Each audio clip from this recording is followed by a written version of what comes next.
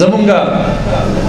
علاقه کې یو مدرسې نه ماته فون او شو ماته وی مفتی صاحب دلته یو ماشوم دی او د هغه ماشوم شناختی کارت نه جوړیږي نو ته د اسسټنټ ډایریکټر نادرا سره خبر وکړه چې د شناختی کارت جوړ شي. ما ورته شناختی کارت والی نه جوړیږي ماته وی هغوی وی چې د مور او د پلار کارډونه راوړی او د خو مور او پلار نه دي معلوم نو کارډونه ورله د کوم ځای نه راوړو. ما وی دا څنګه ماشوم دی چې مور او پلار یې نه دي معلوم دی چا داخل کړی دی اسمان ته راغورځېدلی دی. ما ته وی مفتی صاحب دا خو ډېر دردناک داستان دی ته د دې نه نه خبر. ما وی نه وی دا ماشوم چرته د یوې زنانه د ګناه نه پیدا شوی هغې په پټي کې غورځولې په لاره باندې یو زنانه تله هغې راغستی په کور کې تر 4 کالو پورې ساتلی او لوی کړی نور یې وس نه رسېدلو غریبه وه. هغې زنانه موږ له راوستلو مدرسې ته. مفتی صاحب ما ته وی دا ماشوم د دغه عمر نه زموږ سره په مدرسه کې وړوکی کچ دا موږ لوی کلی د اختر جامې مونږ جوړې کړي د اختر پیزار مونږ اخیستی د مور او پلار نو مدرسه یې مور شوه پلار شو. د دې ماشوم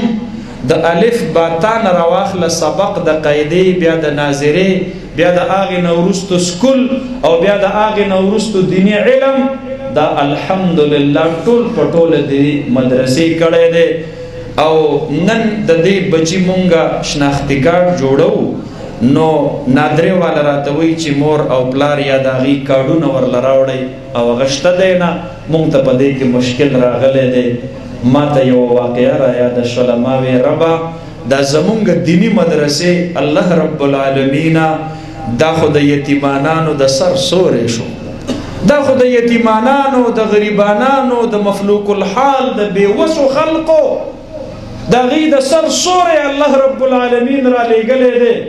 لکه رحمت للعالمین جناب نبی کریم صلی الله علیه وسلم مبارک د اختر د مانځه دپاره د خپل کور نه راوځي عیدګاه ته روان دی. په دې لاره کې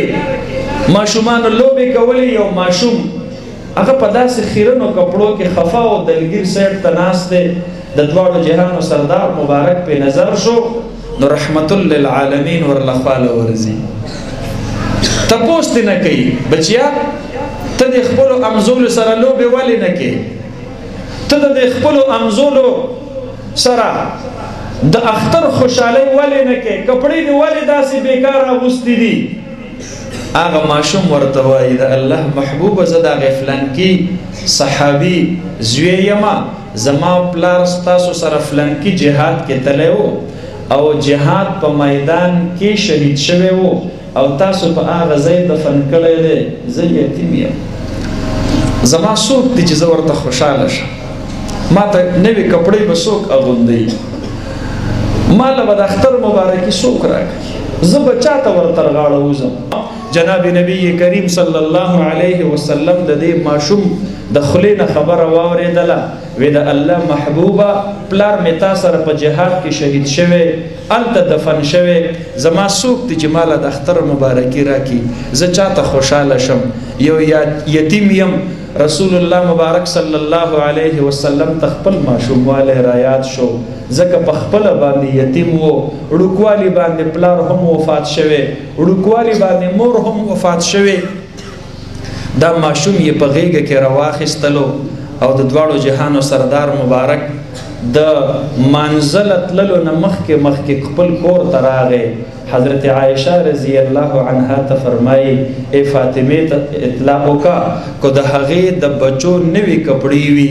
دې ماشوم ته دې ور واغوندئ. د رحمت للعالمین په سترګو مبارکو کې اوښکې دا جمله یو صحابي واورېدله من لا ولی له فرسول الله صلی الله علیه وسلم ولیه چې د چا هیڅوک په دنیا کې ولی وارث نه تاجدار مدینه ولی وارث دی. وی فرمایل زبې مشر یما دی ماشوم ته وی ستا خوښه نه ده چې د پلار په ځای باندې زه ستا ولی وارث شمه. زما محترم ورونو ما وی ربه نن زمونږ د دین